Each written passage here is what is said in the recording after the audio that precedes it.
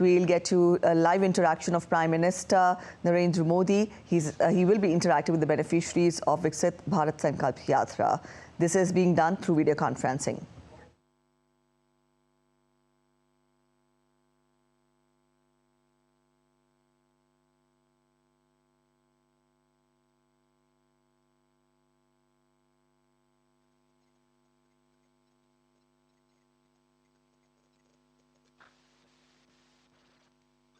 Namaste, good morning, good afternoon, and good evening to all of you.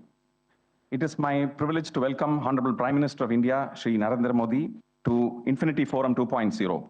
Sir, your presence has always been a source of inspiration to all of us at GIFT IFSC.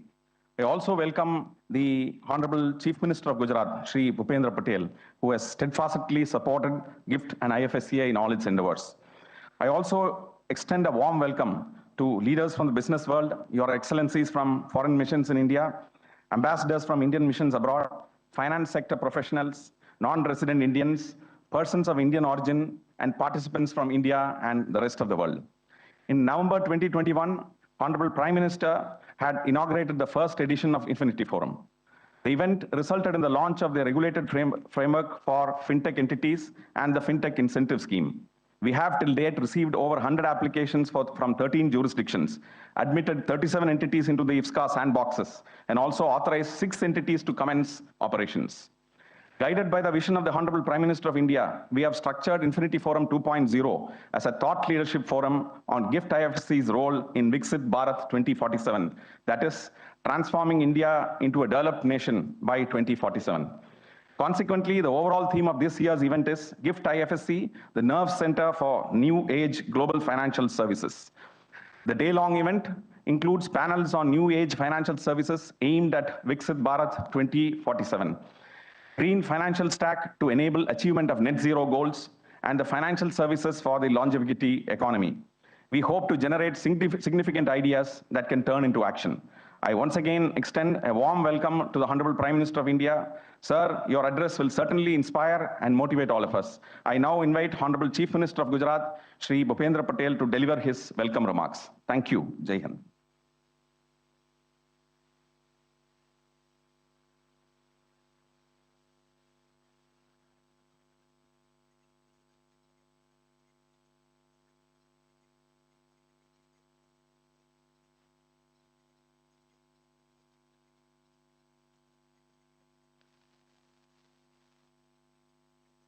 आज के event में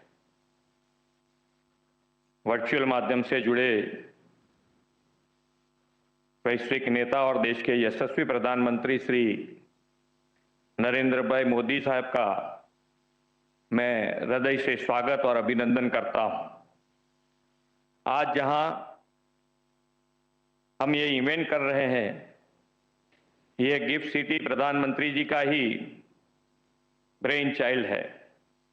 प्रधानमंत्री जब गुजरात के मुख्यमंत्री थे, तब उन्होंने उसकी परिकल्पना की थी और उसे वास्तविक स्वरूप देने की दिशा में उन्होंने तब से काम भी शुरू कर दिया था। लेकिन जब वे प्रधानमंत्री बने तो उनके नेतृत्व में यह गिफ्ट सिटी फाइनेंशियल एक्टिविटीज के लिए देश के और दुनिया में सेंटर ऑफ अट्रैक्शन बन गया है। मेरी जब भी उनसे मुलाकात होती है, वे व्यक्तिगत तौर पर गिफ्ट सिटी के प्रोग्रेस स्टेटस की जानकारी अवश्य लेते हैं और लगातार हमारा दिशा दर्शन करते हैं। मैं आज इस फोरम से उनको ये विश्वास दिलाना चाहता हूं कि हम आपके विजन और मार्गदर्शन में गिफ्ट सिटी को वर्ल्ड का फाइनेंशियल एक्टिविटीज का हब बनाने में कोई कसर नहीं छोड़ेंगे। आज एक बार फिर इस कार्यक्रम में प्रधानमंत्री जी, आप अपना बहुमूल्य समय निकालकर हम सब के साथ जुड़े हैं, इसके लिए मैं आपका आभार व्यक्त करता हूं और अब आपसे अनुरोध करता हूं कि आप हमें अनमोल विचारों से हमारा मार्गदर्शन करें।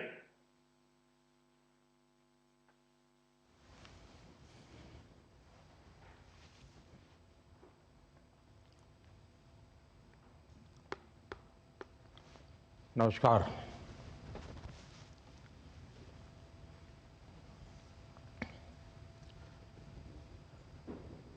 गुजरात के लोकप्रिय मुख्यमंत्री श्रीमान भूपेंद्र भाई, राज्य सरकार के मंत्री, आईएफएससीए के चेयरमैन के राजारामन जी, दुनिया के सम्मानित फाइनेंशियल इंस्टीट्यूशंस और विभिन्न संस्थाओं के लीडर्स, देवी और सज्जनों, आप सभी का इन्फिनिटी फोरम के दूसरे एडिशन में अभिनंदन है। मुझे याद है जब दिसंबर 2021 में हम पहले इन्फिनिटी फोरम के दौरान मिले थे तो पैंडेमिक की उसकी वजह से दुनिया में कितनी अनसर्टेनिटी थी। हर कोई ग्लोबल इकोनॉमिक ग्रोथ को लेकर आशंका में था और ये चिंता आज भी खत्म नहीं हुई है। जियो पॉलिटिकल टेंशन, हाई इन्फ्लेशन और डेट लेवल्स की मुश्किलें आप सभी बहुत अच्छी तरह जानते हैं। ऐसे समय में भारत रेजिलियंस और प्रोग्रेस का एक शानदार उदाहरण बनकर उभरा है। ऐसे महत्वपूर्ण कालखंड में गिफ्ट सिटी में 21वीं सदी की आर्थिक नीतियों पर मंथन होना गुजरात का गौरव बढ़ाने वाला है। वैसे मैं आज गुजरात के लोगों को एक और बात के लिए भी बधाई दूंगा। हाल ही में गुजरात के पारंपरिक डांस गरबा को यूनेस्को ने इनटेंजिबल कल्चरल हेरिटेज में शामिल किया है। ये अपने आप में बहुत बड़ी उपलब्धि है। गुजरात की सफलता देश की सफलता है। फ्रेंड्स, आज भारत की ग्रोथ स्टोरी ने दुनिया को दिखाया है कि जब पॉलिसी को सर्वोच्च प्राथमिकता दी जाए, जब गुड गवर्नेंस के लिए पूरी ताकत लगाई जाए, जब देश और देशवासियों का हित ही आर्थिक नीतियों का आधार हो, तो क्या नतीजे मिलते हैं। भारतीय व्यवस्था ने इस फिस्कल ईयर के पहले 6 महीनों में ही 7.7% की दर से प्रगति की है। इसी साल सितंबर में आईएमएफ ने कहा था कि 2023 में 16% ग्लोबल ग्रोथ भारत की वजह से होगी। इससे पहले जुलाई 2023 में वर्ल्ड बैंक ने कहा था कि ग्लोबल चैलेंजेस के बीच भारत और उसकी अर्थव्यवस्था से बहुत ज्यादा उम्मीदें हैं। इसी साल मार्च में ऑस्ट्रेलिया के पीएम ने कहा था कि भारत ग्लोबल साउथ को लीडरशिप देने के लिए मजबूत स्थिति में है। कुछ महीने पहले वर्ल्ड इकोनॉमिक फोरम ने भी कहा है कि भारत में रेट टेपिज्म कम हुआ है, निवेश का बेहतर माहौल बना है। आज पूरी दुनिया भारत से उम्मीदें लगाए हुए है और ये ऐसे ही नहीं हुआ है, ये भारत की मजबूत होती अर्थव्यवस्था और पिछले 10 वर्षों में किए गए ट्रांसफॉर्मेटिव रिफॉर्म्स का रिफ्लेक्शन है। इन रिफॉर्म्स ने देश के इकोनॉमिक फाउंडेशन को सशक्त किया है। महामारी के दौरान जब ज्यादातर देश सिर्फ फिस्कल और मॉनेटरी रिलीफ पर फोकस कर रहे थे, हमने लॉन्ग टर्म ग्रोथ और इकोनॉमिक कैपेसिटी के विस्तार पर फोकस किया। साथियों, हमारे सुधारों का एक महत्वपूर्ण लक्ष्य ये है कि ग्लोबल इकोनॉमी के साथ इंटीग्रेशन बढ़ाया जाए। हमने कई सेक्टर्स में एफडीआई पॉलिसी को लचीला बनाया, हमने कंप्लायंसेस बर्डन को कम किया, हमने 3 FTAs पर साइन किए और आज भी हम कई अहम कदम उठा रहे हैं। एक gift IFSCA Indian financial markets को ग्लोबल फाइनेंशियल मार्केट से इंटीग्रेट करने के लिए हमारे लार्जर रिफॉर्म्स का हिस्सा है। गिफ्ट सिटी की परिकल्पना एक ऐसे डायनेमिक इकोसिस्टम के रूप में की गई है जो इंटरनेशनल फाइनेंस के लैंडस्केप को रीडिफाइन करेगा। ये इनोवेशन, एफिशिएंसी और ग्लोबल कोलैबोरेशन के नए बेंचमार्क स्थापित करेगा। 2020 में international financial services centres authority की एक यूनिफाइड रेगुलेटर के तौर पर स्थापना इस यात्रा का महत्वपूर्ण लैंडमार्क है।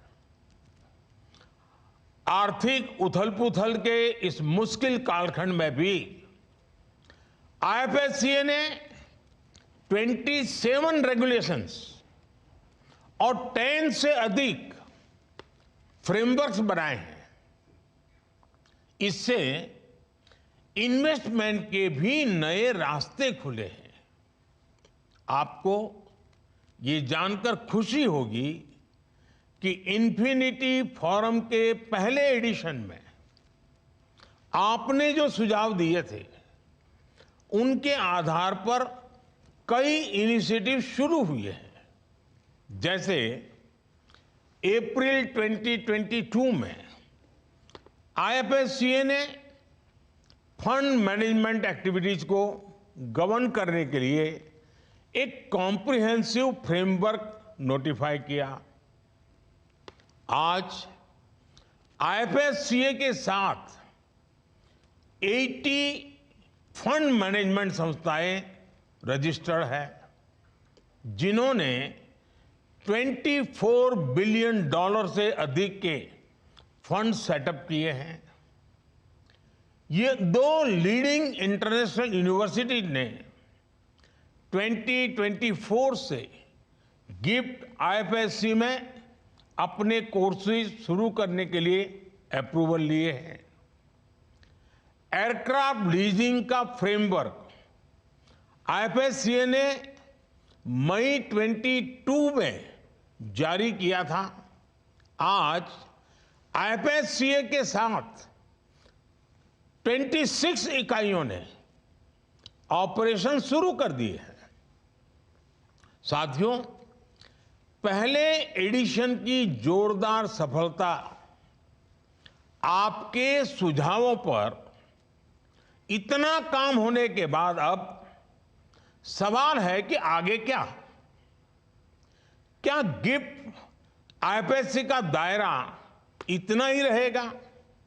तो मेरा जवाब होगा नहीं। सरकार गिफ्ट आईएफएससीए को ट्रेडिशनल फाइनेंस और वेंचर से आगे ले जाना चाहती है। हम गिफ्ट सिटी को new age global financial and technology services का ग्लोबल नर्व सेंटर बनाना चाहते हैं।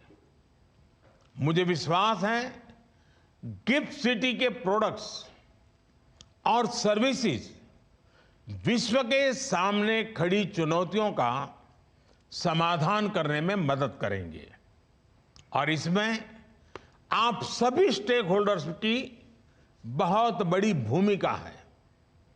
साथियों, आज विश्व के सामने खड़ी सबसे बड़ी चुनौतियों में से एक है क्लाइमेट चेंज। विश्व की सबसे बड़ी अर्थव्यवस्थाओं में से एक होने के कारण भारत भी इन चिंताओं को कम नहीं आंकता है, उसको लेकर के हम सचेत भी हैं। कुछ दिन पहले ही कोप समिट में भी भारत ने नए कमिटमेंट विश्व के सामने रखे हैं। भारत और दुनिया के ग्लोबल टारगेट्स को अचीव करने के लिए हमें कॉस्ट इफेक्टिव फाइनेंस की पर्याप्त उपलब्धता सुनिश्चित करनी होगी। G20 प्रेसिडेंसी के दौरान हमारी एक प्रायोरिटी ये भी थी कि ग्लोबल ग्रोथ और स्टेबिलिटी सुनिश्चित करने के लिए सभी सस्टेनेबल फाइनेंस की जरूरत को समझ सकें। इससे ग्रीनर, रेजिलिएंट और इंक्लूसिव सोसाइटीज एंड इकोनॉमीज की दिशा में ट्रांजिशन को बढ़ावा मिलेगा। कुछ एस्टिमेट्स के अनुसार भारत को भी 2070 तक नेट जीरो टारगेट हासिल करने के लिए कम से कम $10 ट्रिलियन की जरूरत होगी। इस इन्वेस्टमेंट की एक निश्चित राशि को ग्लोबल सोर्सेज के द्वारा भी फाइनेंस करना होगा। इसलिए हम आईएफएससी को सस्टेनेबल फाइनेंस का भी एक ग्लोबल हब बनाना चाहते हैं। भारत को एक लो कार्बन इकोनॉमी बनाने के लिए जरूरी ग्रीन कैपिटल फ्लो के लिए गिफ्ट आईएफएससी एक एफिशिएंट चैनल है। Green bonds, sustainable bonds, sustainability linked bonds जैसे फाइनेंशियल प्रोडक्ट्स का विकास होने से पूरी दुनिया की राह और आसान होगी।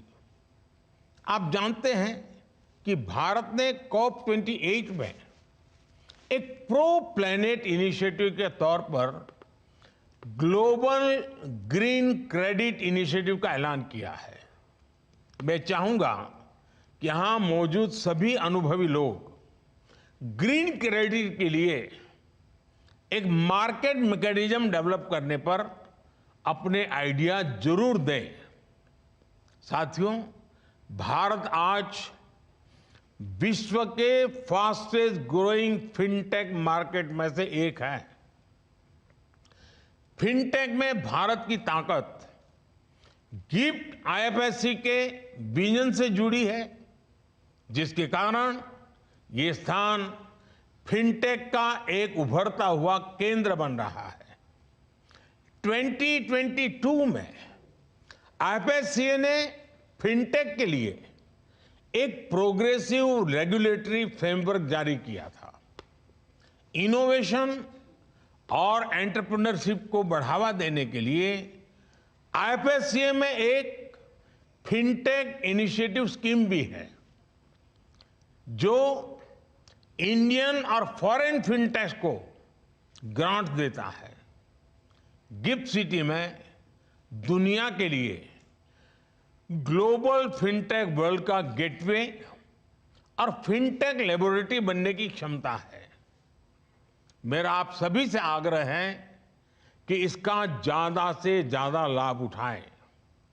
साथियों, अपनी स्थापना के कुछ वर्षों के अंदर गिफ्ट आईएफएससी जिस तरह ग्लोबल कैपिटल फ्लो का प्रोमिनेंट गेटवे बन गया है, वो अपने आप में अध्ययन का विषय है। गिफ्ट सिटी ने एक यूनिक ट्राई सिटी कंसेप्ट को डेवलप किया है। ऐतिहासिक शहर अहमदाबाद और राजधानी गांधीनगर के बीच स्थित गिफ्ट सिटी की कनेक्टिविटी एक्सेप्शनल है। गिफ्ट आईएफएससी का कटिंग एज डिजिटल इंफ्रास्ट्रक्चर एक ऐसा प्लेटफॉर्म देता है जिससे बिजनेस की स्पीड और एफिशिएंसी बढ़ जाती है। इसकी ग्लोबल कनेक्टिविटी के बारे में आप भली भांति जानते हैं।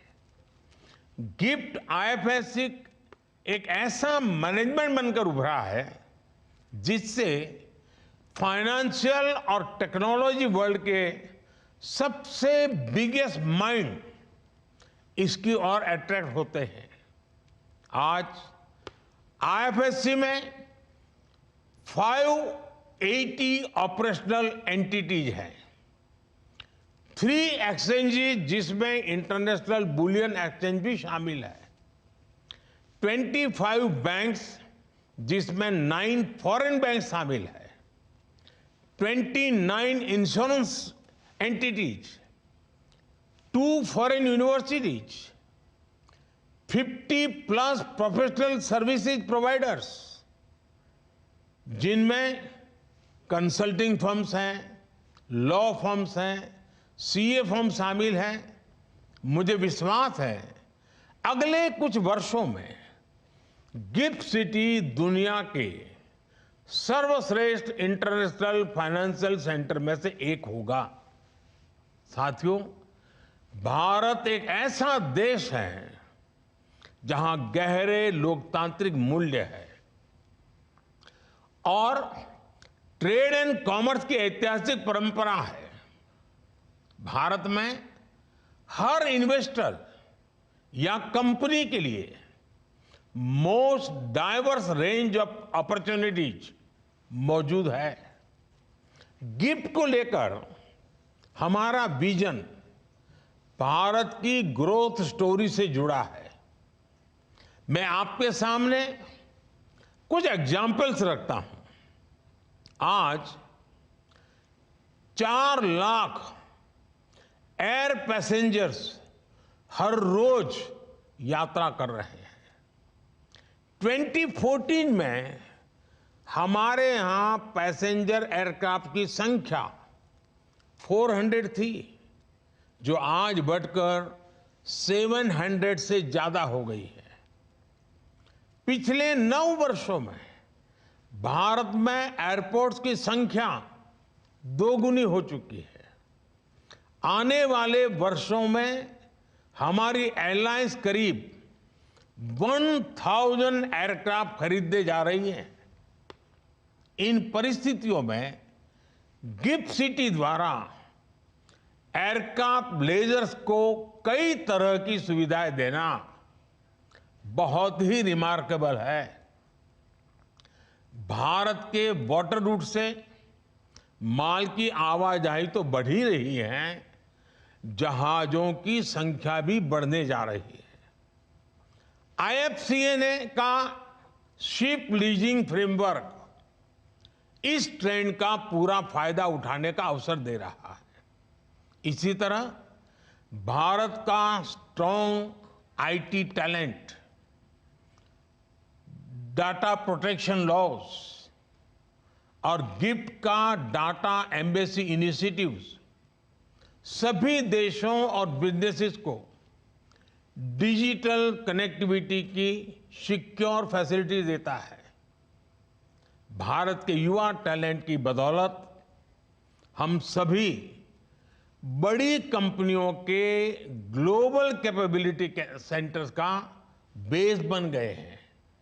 साथियों, अगले कुछ वर्षों में भारत दुनिया की तीसरी सबसे बड़ी अर्थव्यवस्था और 2047 तक भारत विकसित देश बन जाएगा।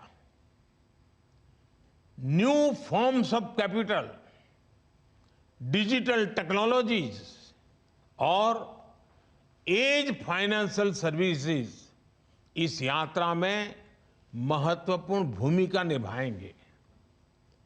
अपने efficient regulations, plug and play infrastructure, large Indian hinterland economy तक पहुंच, बेनिफिशियल कॉस्ट ऑफ ऑपरेशंस और टैलेंट एडवांटेज की वजह से गिफ्ट सिटी ऐसे अवसर तैयार कर रहा है जिसकी कोई बराबरी नहीं कर सकता।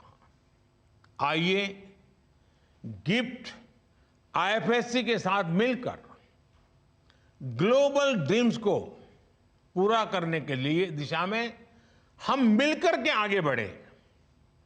बहुत जल्द ही vibrant Gujarat global investor summit भी होने जा रहा है। मैं उसके लिए भी सभी इन्वेस्टर्स को निमंत्रित करता हूं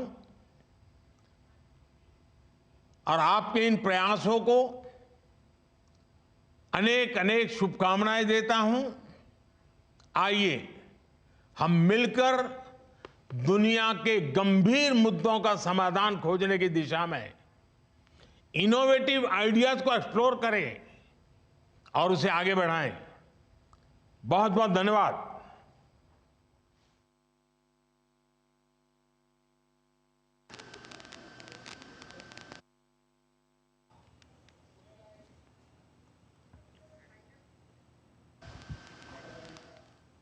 Prime Minister Narendra Modi addressing the Infinity Forum 2.0, and through the day, in the later part of the day, he will be addressing the beneficiaries of Viksit Bharat Sankalp Yatra. But here he addressed Infinity Forum 2.0 on FinTech. He addressed the gathering there through video conferencing. He referred to the global uncertainty and challenges in the world at the Infinity Forum, the first edition of the Infinity Forum that was held due to COVID. Because of COVID, the uncertainty that was witnessed in the world. And he also talked of how India's growth story was a great example for the world to follow at that time. He also congratulated people of Gujarat for Garbha being included in Intangible Cultural Heritage by UNESCO. He also talked of 77% growth of India this year and how IMF projected India's role at 16% of global growth. He also enlisted the factors, and he also talked of the acknowledgement of India's growth story by world leaders and organizations. He also pointed out to India's model of integration with global economy as an important reason for India's progress. He also listed the priority areas of Gift City and how it will help in resolving the challenges of the global economy. One of the major concerns is climate change at present. He also pointed out to the scope of fintech in the near future. The Prime Minister also referred to the concept of Tri-City that has been put forth by Gift City, and he also invited investments through the Vibrant Gujarat Summit, which will be a global investor summit that will be held in Gujarat. So that was the gist of Prime Minister's address at the forum. In the bulletins that follow, we'll get you detailed highlights. As of now, that's it at this edition of DD India News Hour. Also, you can share your thoughts and views with us on the news of the day and connect with us on Facebook, X and also Instagram. I'm Preeti Kaur signing off, and from all of us here in Delhi, thanks for watching DD India News Hour.